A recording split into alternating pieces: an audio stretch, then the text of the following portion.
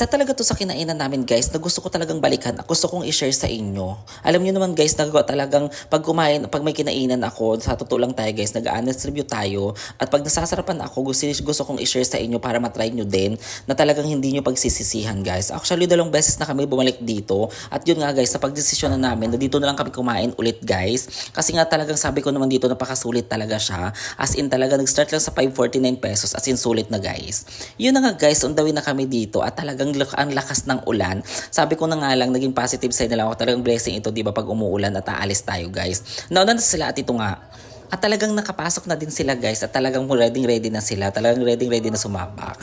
Actually guys, nag-start ito sa 549 pesos lang and then 749 pesos na.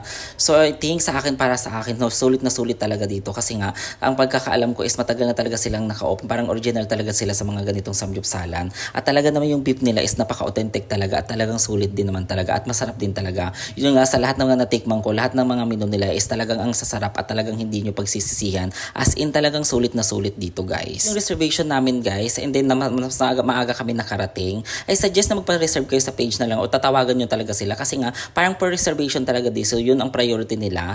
And pag hindi kayo nakapag-reserve at nag-book in lang din naman kayo, is pasortihan na lang talaga kung may slot pa yung table nila kasi nga per reservation talaga sila at talagang laging fully book sila talaga, everyday talaga. So sabi ko nga, diba, pag ganitong mga taryahan at talagang ganito na laging fully book at talagang pinipilahan, make sure talaga at sigurado tayo talaga na masarap talaga ga. Sa totoo lang, last year pa itong promise ko sa kanila. Ito nga pala lahat yung mga OSS ko before at ngayon. Talagang OSS sa store na talagang mahuhusay at magagaling guys. Actually, sabi ko nga, diba, last year ko pa itong promise sa kanila. Sabi ko by March, talagang lalabas tayo pag nakuha natin isang goal talaga. At yun nga, binigay ni Lord. Talagang nag-A-badge po kami sa audit namin. Kaya ito yung promise ko sa kanila na ilalabas ko sila. At talaga namang dapat ko pa rin ko kasi once na nag-promise tayo, kailangan natin to pa rin. Ang sabi ko sa kanila dito guys is mag-enjoy sila, kumain sila, magpakabusog sila. Kalimutan muna yung trabaho, mag-enjoy talaga muna. As in talagang kumain, mag-enjoy, mag-relax, as in magsaya talaga. Naglulukuhan nga sila dito kasi nga sanay lang daw sila sa 199 pesos na samgyupsalan. And nagulat sila dito at nabigla sila na ganito pala ang price. Sabi ko naman sa kanila, okay lang yan kasi paminsan-minsan lang din naman. Ang mahalaga, mag-enjoy, mag-chill lang tayo. Kasi nga, talagang pinagpaguran naman natin ito last year. Na gusto ko din sana na ngayong taon ulit is makuha namin ulit yung goal namin na mag-back-to-back A-badge kami. At hindi naman ito mangyayari at hindi naman posible itong mangyayari dahil sa pagsisipag at pagtyaga na kailangan namin pagtrabahuan at ibibigay talaga ni Lord sa tamang oras at tamang panahon ito. Dahil kung naniniwala din naman talaga ako kaysa kung hindi para sa amin, talagang hindi ibibigay ni Lord, hindi talaga para sa amin. Pero ang mahalaga doon, sabi ko, is ibigay natin lagi yung best natin. Everyday na magtatrabaho tayo, ibibigay natin lagi sa duty natin para wala tayong pagsisisihan. Yung pala Ma'am G and shout out Sir RJ. Atina. And Atina, nayagan niya ako lumabas. Hindi na po ako babalik.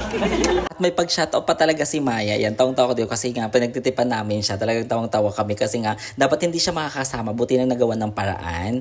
And then ngayon nga, balik tayo dito sa pagkain guys. Okay. Ano, i-rate natin ito based sa experience namin guys ngayon. Kasi nga nung nakaraan, 2 lang kami dito na kumain at ngayon marami na kami. Actually, 11 kami lahat ngayon. So okay, sa food, wala akong masasabi talaga. 10/10 talaga sila. As in, lahat ng pagkain nila, walang tapon talaga guys. Yun nga lang, nakakalungkot lang dahil nga siguro sa sobrang dami ng tao, yung nagkataon lang talaga sa amin na sa sobrang dami ng tao guys, is talaga hindi nila na ano yung mga kailangan namin at ng kabilang table. As in talaga ang tagal na mga serving nila. Pag nagpapa-refill kami guys, is natatagalan talaga. Sabi ko nga sa mga kasama ko, okay lang yan, huwag kayong mag-alala kasi ganyan din talaga ang buhay. At ang nakakatuwa lang doon kasi nagsusorry talaga sila na hindi nga talaga din na lahat nakakayanan kasi siguro talaga bugso din talaga. As in fully book, alam ko fully book sila ngayong araw na to. As in nung mag-add nga ako ng 3 additional headcount sa kami ng 3 is not available na daw. Sabi ko, pagsisikin mo na lang kami kasi wala talagang choice kasi nga talagang hindi naman alam namin na talagang nag-fully book sila ngayon everyday.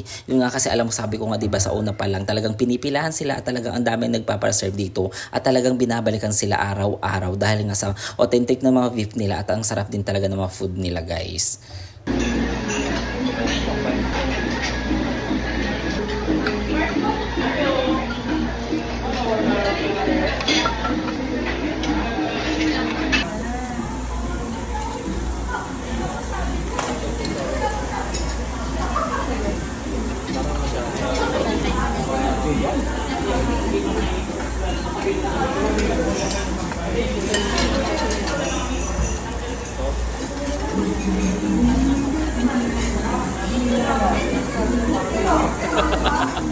Ayun nga, shoutout nga pala dito kay kuya na nag-assist sa amin na as in talagang hulas na hulas siya dahil parang I think tatlo lang sila dito sa second floor nila nag-assist. At sa dami ng pangangailangan namin dahil mapalaban yung ano namin kasama namin. At sa wakas dumating na si Ma'am Del. Actually nakahabol siya dahil inuulan nga. Ang hirap daw mag-angkas, mag-book ng sasakyan niya papunta dito at munting na siya maligaw kasi hindi niya makita. And din nahiya siya na magpakita sa video kasi nga agardo daw siya. Sabi ko naman sa kanya okay lang yan dahil maganda ka naman talaga at makinis pa. Sana all.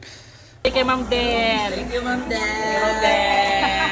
Thank you, Ma'am Del. Tama ka natin. Iwan na lang. Kami na mag-i-school. Sa totoo lang guys, natutuwa ako kasi habang tinitinan ko sila, ang bawat galaw nila guys, as in talagang nakikita ko sa mga nila, talagang as in nag-i-enjoy sila. As in talagang tuwang-tuwa sila na minsan lang naman. Hindi totoo. Kaya ako rin. Parang ba tayo? I-restrict ko na lang muna yung messages natin. Laman na lang ng gago. Magulit na ganito itong tagot ng gabi. Nabigyan na si Dani.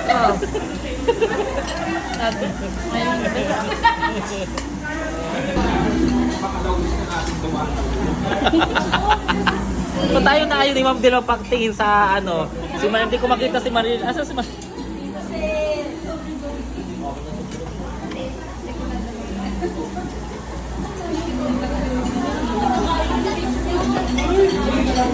Parang